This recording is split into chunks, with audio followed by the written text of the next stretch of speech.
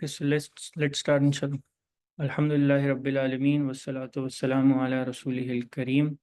Rabbi shrah li sadri wa yassir li amri wahlul uqdatam min lisani yafqahu qawli. Rabbi yassir wa la tuassir wa tammim bil khair wa bika nasta'in ya fattah ya Rabbil Alameen. So jazakallah everyone for joining. Today I think we have a less number of people attending. So So last time we have so far covered the first 29 ayat. So any questions from the last lecture or anything that you'd like to share? So I'd like to say one thing that because we are studying it in a class format, so one thing that we should try to do is that whatever we study over here, try to sort of uh, revise it when you go home till the next lecture so that you can basically try to understand and memorize what we learn. And what I'd say that try to come up with your own reflections and thoughts and maybe share in the WhatsApp group or share in the class. So because that's the whole purpose of it, that we could engage with the Quran in a better way. So inshallah, let's start with this new theme, inshallah. So this basically, these set of verses are from verses 30 to 44. In these ayat, Allah subhanahu wa ta'ala talks about his signs that are spread throughout the universe, and still how the disbelievers basically they reject his oneness. And the interlocutor, the mukhatab of these ayat, basically Allah subhanahu wa ta'ala is engaging with the disbelievers in these ayat. He's presenting them his signs and how they constantly keep on rejecting it. And these are basically a good way for us to also take heed from these so that we can actually try to comprehend and maybe reflect upon these ayat, because sometimes we take these ayat for granted, and inshallah we'll try to see.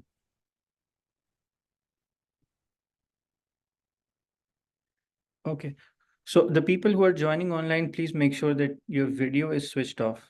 Jazakallah. Okay, so let's start.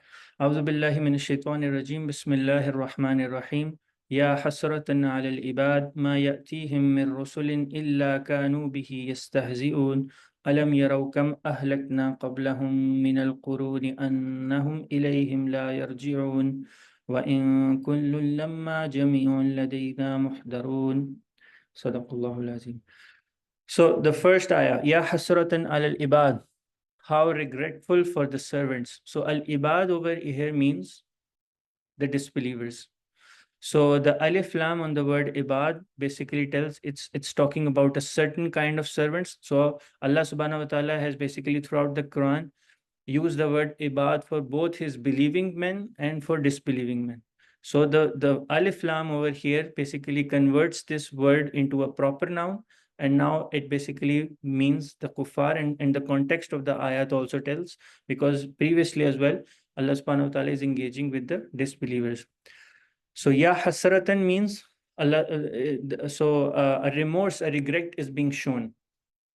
So now the Mufassirin say, who is basically saying this? Ya hasratan al-ibad. One could be that the Mu'mineen are saying to the disbelievers, how regretful is your situation right now. The angels are saying to the disbelievers, or Allah subhanahu wa ta'ala is saying to the disbelievers. So these are the three possibilities of Ya hasratan al-ibad.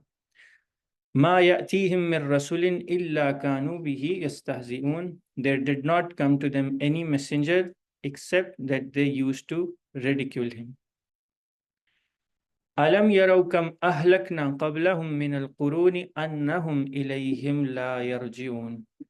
Have they not considered how many generations we have destroyed before them? Annahum ilayhim la yarji'un, that they to them will not return. So Imam Razi over here says about annahum ilayhim la yarji'un, that Allah subhanahu wa ta'ala destroyed these nations in such a way that he left no trace of them. Meaning today, till this day, you can see that nobody traces their lineage to people of Ad, Samud or Lut.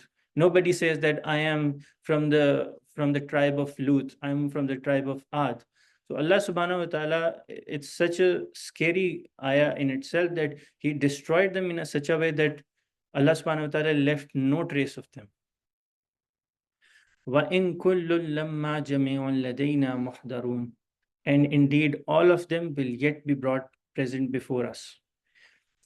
And this basically is about the resurrection. Allah subhanahu wa ta'ala destroyed them, Allah subhanahu wa ta'ala made them die, and He will make them rise again on the day of judgment. Okay, one. Just a second. Okay. وَآيَاتٌ لَهُمُ الْأَرْضُ الْمَيْتَةُ. So now Allah subhanahu wa ta'ala will keep on enumerating His signs. Okay, first He talked about the past generations. And this is also a sign for us that if we did the same mistakes that they did, we'll end up in the same position. Now, the second sign that Allah subhanahu wa ta'ala is enumerating. A sign for them is the dead earth. أَحْيَيْنَاهَا. Then we brought it to life. وَأَخْرَجْنَا مِنْهَا حَبًّا. And brought forth from it grain. فَمِنْهُ يَأْكُلُونَ. And from it they eat. وَجَعَلْنَا فِيهَا جَنَّاتٍ مِّن نَخِيلٍ وَأَعْنَابٍ. And we placed therein, where we placed in the earth, jannat, meaning gardens of palm trees and grapevines. وَفَجَّرْنَا فِيهَا مِنَ الْعُيُونِ.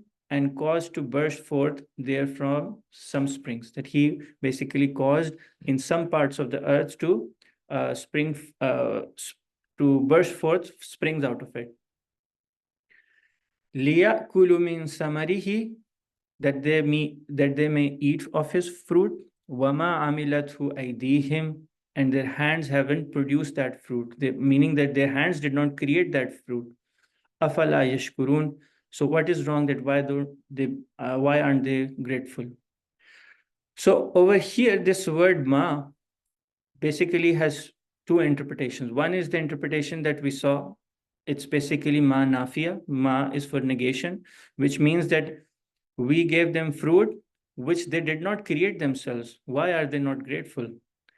The other interpretation is that this ma is mausula. It's a relative noun, which means that we created for them fruit.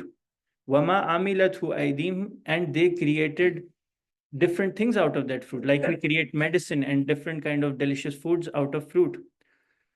Afala yashkurun. Why don't they become grateful? Is it clear? The two interpretations of ma, one is for the nafiya, the other is for masula. One relates to that Allah, they did not create those fruits. The other is that they created some things out of those fruits, right? We utilize fruits in Allah, different vegetables for our use cases as well, right? For different medicines and whatnot. I hope this is clear, right? Okay. Subhanalladhi khalaqal azwaja kullaha. Exalted is He who created all pairs. He created everything in pairs. Mimma tumbitul ard. So this word mimma, min over here. So basically it's min followed by a ma. So it's over here, it's an idgham, right? It's basic tajweed. So min over here is in Arabic, it's known as bayaniya. So now Allah subhanahu wa ta'ala is going to examples of azwaj.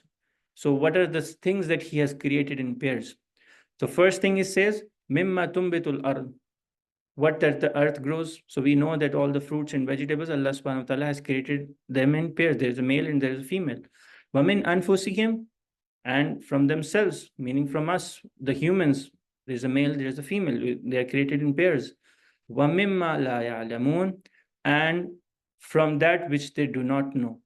From meaning that there's still a lot of creations that they are created in pairs, but you do not know. And still we know that there is a lot of wildlife out there which is undiscovered, especially in the sea and oceans. And after sometimes scientists do discover something new. وَمِمَّا لَا يَعْلَمُونَ. So there is still a lot of things, a lot of creations of Allah subhanahu wa ta'ala that are still unknown to us. The next ayah, the next sign that Allah subhanahu wa ta'ala is enumerating now. وَآيَاتُ لَهُمُ اللَّيْلِ. And a sign from them assigned for them is the night. نَسْلَخُ مِنْهُ النَّهَارَ فَإِذَا هُمْ مُظْلِمُونَ. We remove from it light of day, so they are left in darkness. So this is another sign of Allah subhanahu wa ta'ala. So this word naslahu, salaha yaslahu, in the Arabic they say salaha yaslahul jild, meaning they say this word when they remove the skin of the animal, it's known as salkh. Okay. So Allah subhanahu wa ta'ala has used the same word over here, which means that it is actually used as a metaphor. Allah removes the day from the night, just as skin is removed off of an animal, leaving people in darkness. So this is just an expression of how Allah subhanahu wa ta'ala is trying to explain them, that how he basically interchanges between the day and the night. Now the next sign of Allah subhanahu wa ta'ala, وَالشَّمْسُ تَجْرِي لِمُسْتَقَرٍّ لَهَا. And the sun, tajri over here means yataharraku, meaning that it is constantly burning. The sun is constantly burning, لِمُسْتَقَرٍّ لَهَا. Mustaqar means it's a stopping point. Till a stopping point, it's burning till a stopping point.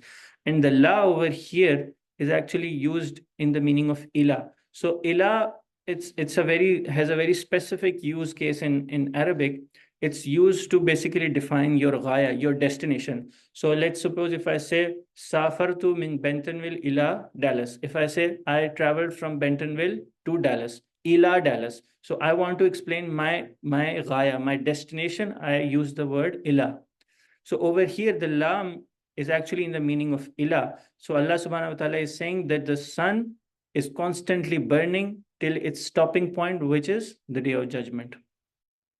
And there is this other qiraat of Abdullah ibn Masud and Abdullah ibn Abbas, which is وَالشَّمْسُ تَجْرِي لَا مُسْتَقَرَّ لَهَا.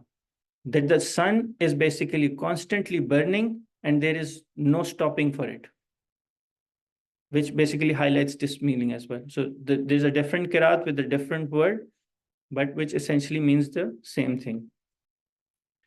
ذَلِكَ تَقْدِيرُ الْعَزِيزِ الْعَلِيمِ. This is the determination of the exalted in might, the knowing. And we talked about Aziz and Alim, right? I hope people remember what does these words mean. وَالْقَمَرَ قَدَّرْنَاهُ مَنَازِلَ حَتَّى عَادَ كَالْأُرْجُونِ الْقَدِيمِ. Now Allah subhanahu wa ta'ala is talking about the moon. First he talked about the sun. Now he's talking about another sign, وَالْقَمَرِ. And we have determined for it phases. Manazil. So the moon basically has different phases which it goes through the entire cycle of the month. It has total 28 phases, 28 stages. So if the month is of 29 days, it is invisible for one night, and if the month is of 30 days, it is invisible for 2 nights. So this basically is manazil, are different stages of the moon that it goes throughout entire period of the 1 month. Hatta adakal urjun al qadim, and it returns like the old date stock. So what happens is that at the end of the month, you see that what's the shape of the moon? It's like a crescent, right? So Allah subhanahu wa ta'ala is basically giving tashbih to that shape, to a date stock. I hope what's a date stock is understandable, right? It's basically a dry branch of a date tree. So Allah subhanahu wa ta'ala is giving tashbih of that crescent, that position of the moon when it's in its last stages. It's in the shape of a date stalk. Please let me know if there's anything you guys want to share or have any questions. لا الشمس ينبغي لها أن تدرك القمر ولا الليل سابق النهار. So Allah subhanahu wa ta'ala is saying that it is not possible for the sun to reach the moon, nor does the night overtake the day. So what he's saying actually is that Allah has arranged the sun and the moon in such an order that is impossible for them to ever coincide with one another. Because if they were to coincide with one another, that would destroy the whole order of this universe. وَكُلٌّ فِي فَلَكٍ يَسْبَحُونَ, and everything is orbiting in its own orbit. So there's one thing that I'd like to bring your attention to, is that look at this word yasbahun. In the Arabic, this word yasbahun is for plural, and the plural in Arabic is for used for three or more. But over in the ayah, you see that the ayah talks about only sun and moon. So why Allah subhanahu wa ta'ala is bringing this word yasbahun, which is for three or more? The answer to it lies in this word kullun. Kullun basically means everything, and it's a nakira, it's an improper noun, which basically encompasses all the heavenly bodies and the planets that are in the universe. That every planet and heavenly body there it is in the universe, it is orbiting in its own orbit. So in that way, the order of this universe is maintained by Allah subhanahu wa ta'ala. Okay, so now Allah subhanahu wa ta'ala moves to another sign. وَآيَاتٌ لَهُمْ أَنَّا حَمَلْنَا ذُرِّيَّتَهُمْ فِي الْفُلْكِ الْمَشْحُونِ. And a sign for them is that we carried their forefathers in a laden ship. So what is this ship, this fulk? This is the ship of Nuh alayhi salam. So over here, the word zurriya, I think we have heard this word. This word is quite famous in Urdu as well, right? We use this, but in Urdu we use quite oftenly for progeny, for children. But in the Arabic, actually, this word, sorry, in Arabic, this word is actually used for both ancestry and for progeny. This word zurriya. So over here, the context of the ayah would tell you this means forefathers, because this is being said to the kuffar of that time. And obviously the incident of Nuh alayhi salam happened many years ago. And Allah subhanahu wa ta'ala is saying that we basically carried your forefathers in a laden ship. وَخَلَقْنَا لَهُم مِّن مِّثْلِهِ مَا يَرْكَبُونَ. And we created for them from the likes of it which they ride. So Allah subhanahu wa ta'ala over here is saying that we created from the likes of that ship, meaning the ships that we have today are like that ship of Nuh alayhi salam, right? And over here, notice that Allah subhanahu wa ta'ala has attributed that creation to himself. While in today's world, if we want to create a ship, we'll create it, right? We know how to create it from scratch. But over here, Allah subhanahu wa ta'ala has attributed its creation to himself, because he's saying that this creation of the ship is such a miracle that before Nuh alayhi salam, no one had created that. Allah subhanahu wa ta'ala put it in the heart of Nuh alayhi salam that create this ship. And the humanity did not know of such a tool could exist to basically travel on the sea. So this is also a blessing of Allah subhanahu wa ta'ala, that he taught us this creation of ship, that now we can basically travel throughout the sea as well. He had made it easy for us.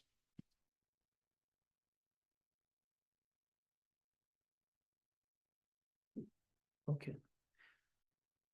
Going to the next ayah, inshallah. وَإِن نَشَأْ نُغْرِقْهُمْ فَلَا صَرِيخَ لَهُمْ وَلَهُمْ يُنْقَذُونَ إِلَّا رَحْمَةً مِنَّا وَمَتَاعًا إِلَى حِينٍ. So keep in mind that the interlocutor, the mukhatab of these ayat are the disbelievers, right?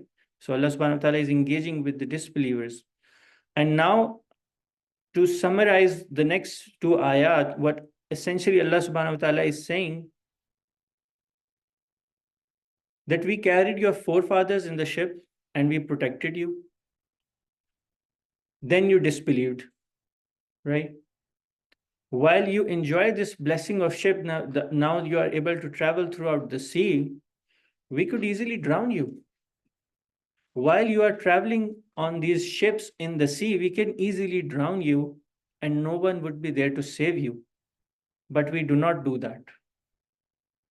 So, and there's something this notice that you'll find this style of Allah subhanahu wa ta'ala in the Quran throughout. He said, wa in nasha, wa walau nasha, that if we could have done this, we could have done that. Like in Surah Waqi'ah, Allah subhanahu wa ta'ala says, لَوْ نَشَاءُ لَجَعَلْنَاهُ خُطَامًا فَظَلْتُمْ تَفَكَّهُونَ.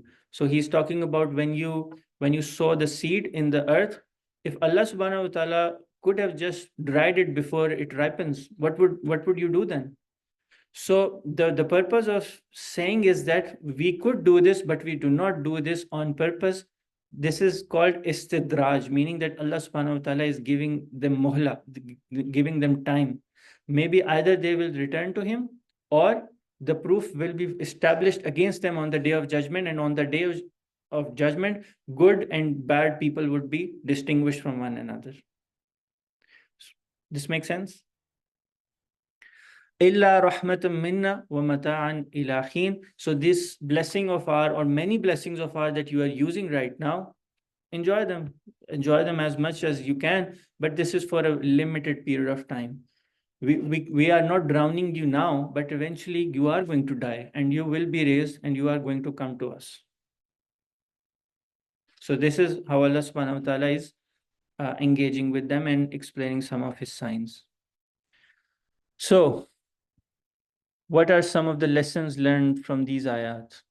From verses, I believe, 30 till 44, if I'm not wrong. Yeah. What does come to your mind? What are some of the lessons that we can learn from these set of ayat?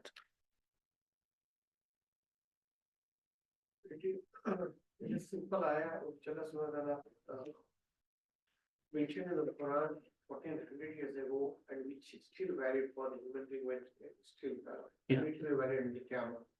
Which makes sense, it will continue to make sense for the people who don't want to understand, who understand to increase the iman of them Okay. by seeing the sign of Allah and so many signs. MashaAllah. Yes. Clear, visible Sorry. signs from Allah. That is that should be clear for everyone. Right. So yes, so as the brothers mentioned, so a few of them that I have for you is that first, that this is something you'll see throughout the Quran. Allah subhanahu wa ta'ala mentioning the stories of the past. And we talked about in the last lecture as well that the intelligent people are those who learn from other people's mistake. Right? So, but the human nature is that we always want to try something, yeah? Especially when you're young and your father or your mother is saying something, don't do it.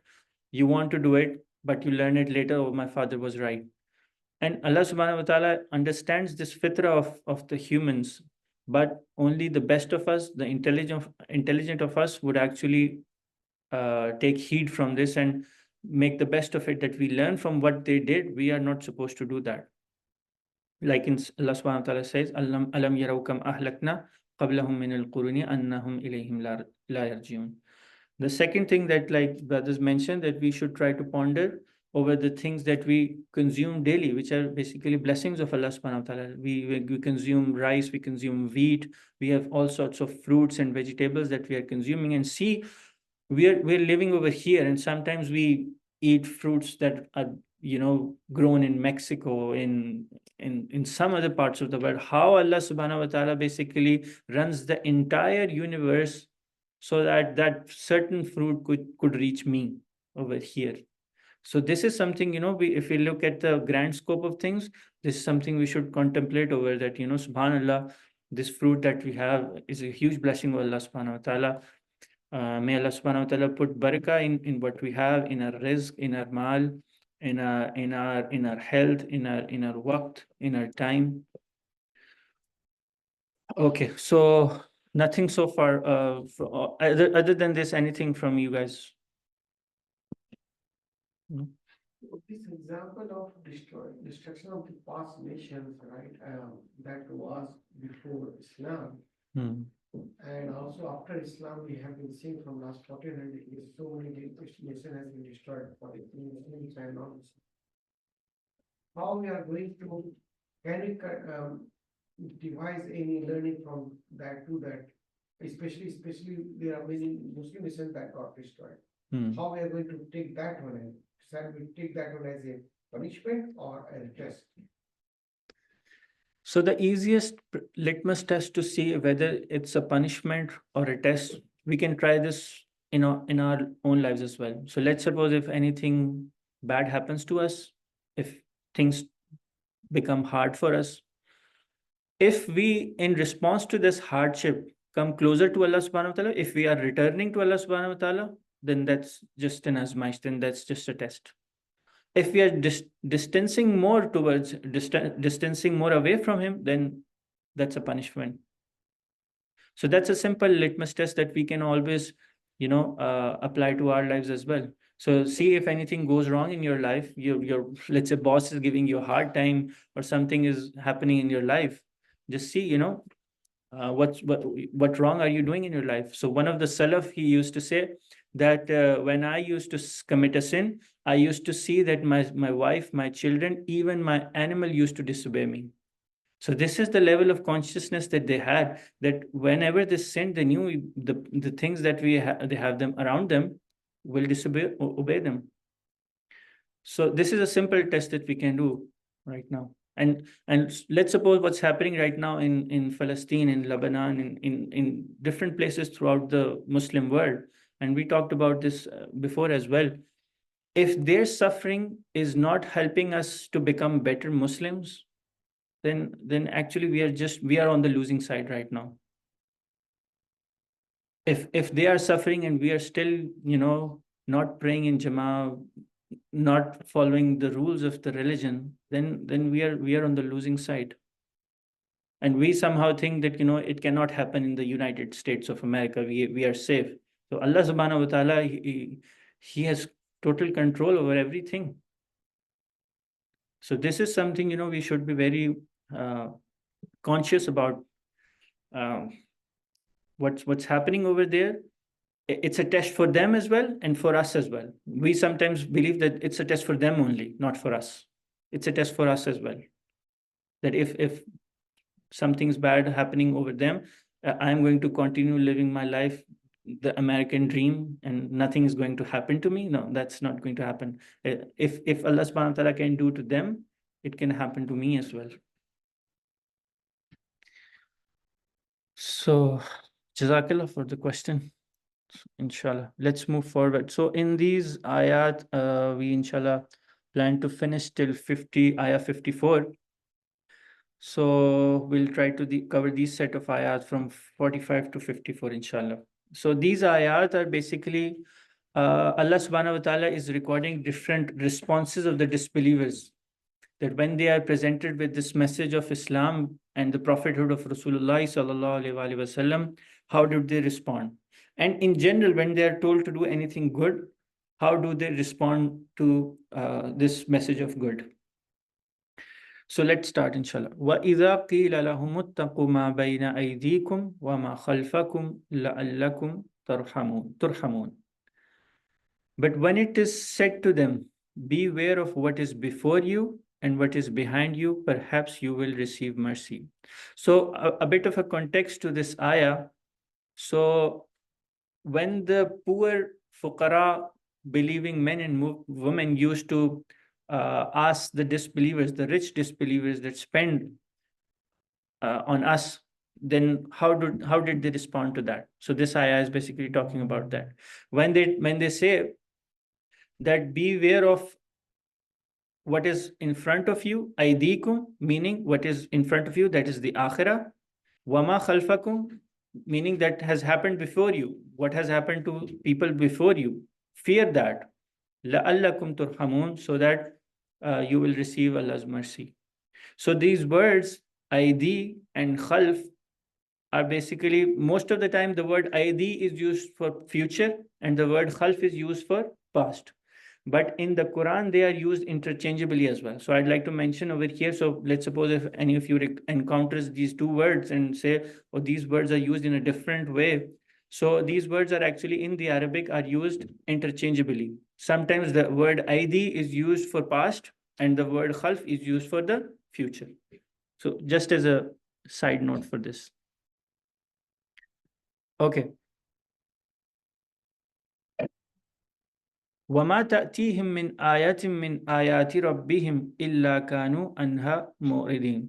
And no sign comes to them from the signs of their Lord. So basically, this is just an extension of what's being mentioned before. إِلَّا كَانُوا أَنْهَا مُعْرِضِينَ. Except that they turn away from it. So this kanu anha muridin, this word highlighted in blue, is basically a jawab of iza. So I'll explain what it means. So the word iza can be translated as when in English. Okay. So let's suppose if I say to you, when I asked my daughter to wash her hands. So now when I said this, now I've basically attracted your attention. Now all of you are listening to me and okay, so you must be curious, what did she do? Did she wash her hands? Did she not wash her hands? Or did she do something else? So this is exactly what Allah subhanahu wa ta'ala is saying. So first he's gaining your attention. He's saying when it is said to them, fear of what's in front of you and what has happened before you, what did they do? Kanu anha muridin. They simply rejected it. They turned away from it. Okay. وَإِذَا قِيلَ لَهُمْ أَنفِقُوا مِمَّا رَزَقَكُمُ اللَّهُ قَالَ الَّذِينَ كَفَرُوا لِلَّذِينَ آمَنُوا أَنُطْعِمُ مَنْ لَوْ يَشَاءَ اللَّهُ أَطْعَمَهُ. And when it is said to them, spend from that which Allah has provided for you, those who disbelieve say to those who believe, should we feed one whom if Allah had willed, would have fed them? So actually over here, the context of this ayah is, I actually mentioned it before, that when the fukara, the poor mu'mineen used to ask the rich disbelievers to spend in front of on them, this is how they responded. And over here, one thing that I'd like to direct your attention towards is this alladhina kafaru. So there are two different interpretations of alladhina kafaru over here. So we understand when they are told to spend in the path of Allah subhanahu wa ta'ala from what Allah has given them, qala allazina kafaru. So who are these kafaru? People who are basically disbelieving.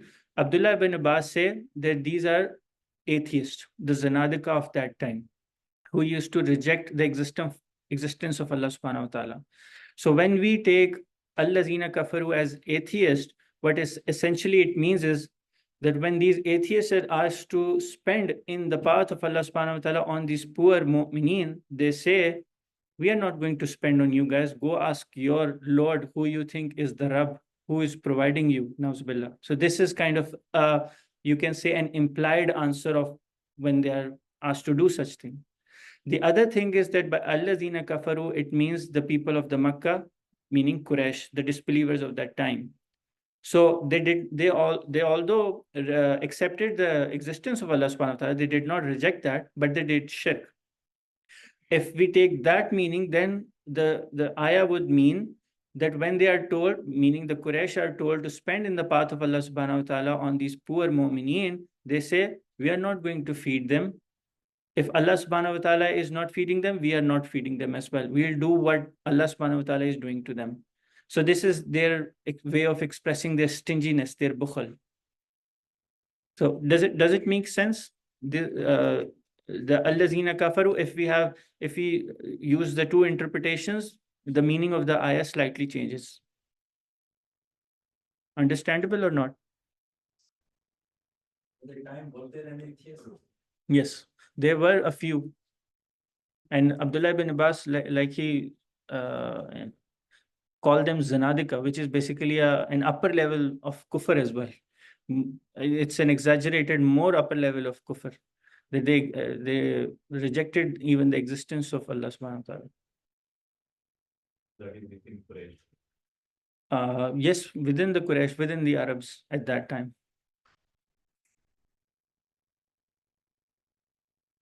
Understandable? Okay.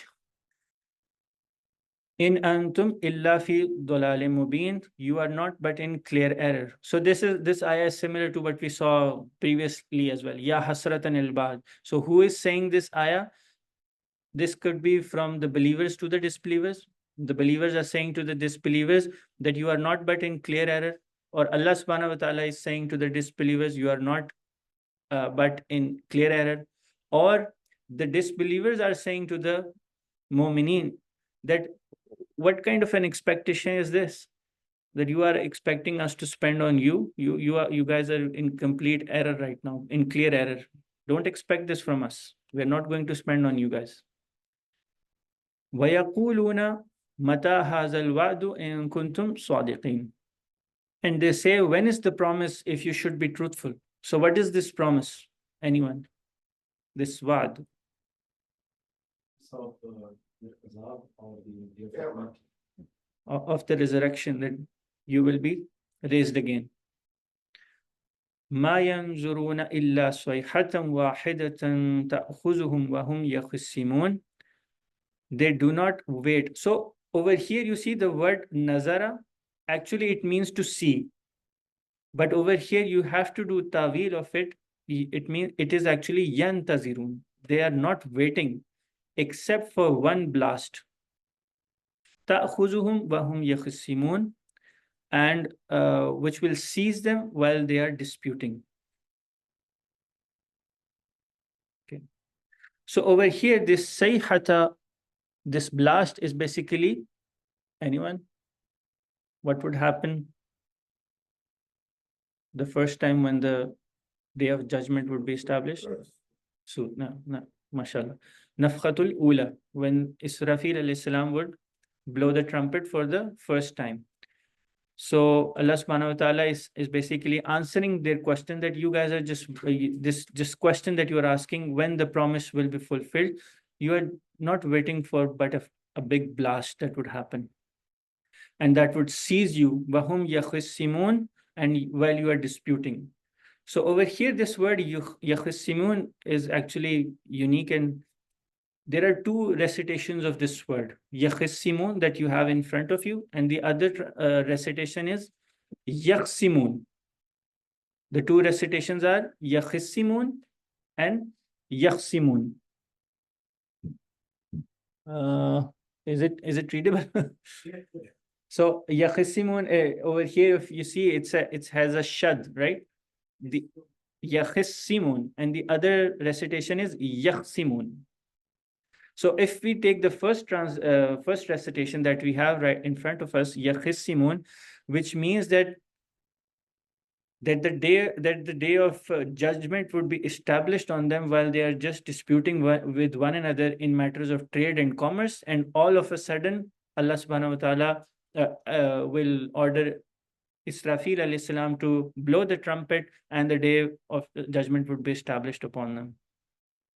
So over here, yakhisimun means that they would be busy in their mundane routines, and it's basically affirmed from a hadith in Bukhari as well, that people would be busy in trade and commerce. Like one person, there would be a buyer and seller, and there in between of them a cloth would be laid out. One end would be in the hand of a buyer, and the other would be in the hand of the seller, and they would be trying to come to a conclusion that how much you are going to sell it for, and all of a sudden the day of judgment would be established. So basically this highlights that everyone will be in their routine and the day would be established.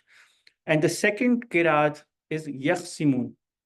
The second qiraat means that they are disputing within themselves. So they have basically encountered this message of Allah, and now they are in dispute within themselves that whether I should accept it or not. And while they are in this dispute and not taking the right decision at the right time, the day of judgment would be established and they would be dead at that time. Make sense? Alhamdulillah. فَلَا يَسْتَطِيعُونَ تَوْصِيَةً وَلَا إِلَىٰ أَهْلِهِمْ يَرْجِعُونَ. And they will not be able to give any instructions. They will not be able to give any wasiyat, nor to their people can they return. So again, this basically Allah subhanahu wa ta'ala is highlighting the suddenness of the event. So any person who is standing at the doorstep of his house, the day of judgment would be so sudden that he will not be able to enter this house. And over here, Allah subhanahu wa ta'ala is saying that no one be able to give instructions, give wasiyah to their children, because that's the thing that we usually do when we are on our deathbed, right? وَنُفِخَ فِي السُّورِ فَإِذَا هُمْ مِنَ الْأَجْدَاثِ إِلَىٰ رَبِّهِمْ يَنْسِلُونَ. So, what is this surah about? وَنُفِخَ فِي السُّورِ, and the horn will be blown. Again, second. So this is the Nafkhatul Sani, when Israfil Islam will blow the trumpet again, and all the dead would be risen. فَإِذَا هُمْ مِنَ الْأَجْدَاثِ رَبِّهِمْ إِلَى رَبِّهِمْ يَنْسِلُونَ, and at once from their graves to their Lord they will hasten. So yansilun is actually means to walk very swiftly. So when they are ordered to do that, they would basically swiftly call to walk towards Allah subhanahu wa ta'ala in responding to that call. قالوا يا ويلنا من بعثنا من مرقدنا. Now when they are risen, they would say, "Oh, woe to us, who has raised us up from our sleeping place." So now in this ayah, someone can get confused that, okay, so the grave is basically a sleeping place, so it means that there is no punishment over there. So this does not reject the idea of the punishment of the grave. So they say this because when they are risen from their graves, they see the magnitude of what's in front of them. They are in so much awe and in trouble, and they say that just get us back to our graves. The punishment that we were facing over there was enough for us. We can handle that, but we cannot handle what we are seeing right now. Not also, it could be the believer who is saying that who has raised us, make us see us away out of the sleeping. Because at the same time, it's also mentioned the merciful of Allah subhanahu wa ta'ala, merciful belongs to the believer. MashaAllah. Yeah, so but the first part of the ayah would be from the disbelievers, right? Because the disbelievers in their lives, they used to believe that we will not be resurrected, right? And when they died and when they will be resurrected again, they'll see that, oh, this promise has actually fulfilled. We were wrong. But the second part, you're right. هَذَا مَا وَعَدَ الرَّحْمَنُ وَصَدَقَ الْمُرْسَلُونَ. So now in this, again, there are three possibilities who is saying this. When they say the first part, when the first part is said by the disbelievers, the second part is said by the believers. The believers say, this is what the most merciful had promised, and the messengers told the truth. That's what Brother Tabriz actually pointed out. Or this could actually be from Allah subhanahu wa ta'ala. When they ask this question, the disbelievers, Allah subhanahu wa ta'ala in response would say, هَذَا مَا وَعَدَ الرَّحْمَنُ وَصَدَقَ الْمُرْسَلُونَ. Or the disbelievers are saying this amongst themselves, that this is the promise that the prophets came with, and we rejected it. So we see that this promise is actually being fulfilled right now. إن كانت إلا صيحة واحدة فإذا هم جميع لدينا محضرون. It will not be but one blast, and at once they are all brought present before us. So basically, this is a repetition of the Nafkhatus Sani. Allah subhanahu wa ta'ala is reiterating that. فَالْيَوْمَ لَا تُظْلَمُ نَفْسٌ شَيْئًا وَلَا تُجْزَوْنَ إِلَّا مَا كُنْتُمْ تَعْمَلُونَ. So today, meaning on the day of judgment, no soul will be wronged at all, and you will not be recompensed except for what you used to do. No wrong shall be done on to anyone on that day. And we talked about in the previous ayat as well, ahsaynahu fi kitabim mubin, that everything that we do is basically being recorded in a clear book. And there would be no way that one can say that I did not do that, or someone could say this is written wrongly in my book. No one would have the capacity to say that, because everything would be written in clear words. Okay, Alhamdulillah. So last thing for today, the lessons learned from these set of ayats. From what were these ayats? From ayah 45 till 54. Basically, over here we discussed some of the responses of the disbelievers, and then the whole scenery of the Day of Judgment is painted in front of us by Allah subhanahu wa ta'ala. Yes. What are some of the actions or action items or lessons learned?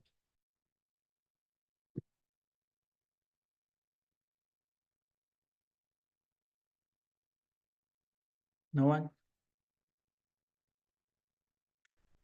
Okay. So what I have for you is Going back to the first ayah, the third ayah in that set. وَإِذَا قِيلَ لَهُمْ أَنْفِقُوا مِمَّا رَزَقَكُمُ اللَّهُ قَالَ الَّذِينَ كَفَرُوا لِلَّذِينَ آمَنُوا أَنُطْعِمُ مَنْ لَوْ يَشَاءَ اللَّهُ أَطْعَمَهُ. So this is something we should understand, that what we have is a blessing of Allah subhanahu wa ta'ala, is not something that we have earned ourselves. Allah subhanahu wa ta'ala could have given this to the poor and made us poor. So this taqseem, this categorization that we have, is not that we are somehow, privileged, or we are the chosen ones. This is just the taqseem of Allah subhanahu wa ta'ala. So we should make sure that, we should try to spend as much as we can in the path of Allah subhanahu wa ta'ala for the needy, because essentially what we have is from Allah subhanahu wa ta'ala, and we are all returning to him. And over here I'd like to say one more thing, that in Islam the categorization is not of rich and poor. The categorization is of good and evil, of muttaqi or ghair muttaqi. So one person can be the richest man on the earth and be the most beloved in the sight of Allah, or vice versa. And one person can be the poorest man on the earth and he may be the most repugnant in the sight of Allah subhanahu wa ta'ala, or vice versa. So we should always remember this, that the mayar, the standard for Allah subhanahu wa ta'ala, is not that you have, this amount of wealth, or you belong to this tribe, or you belong to this lineage. The standard for Allah subhanahu wa ta'ala is simple, and that is taqwa. And that is something we should always try to judge ourselves and judge others as well upon. So anything else before we wrap up today, inshallah?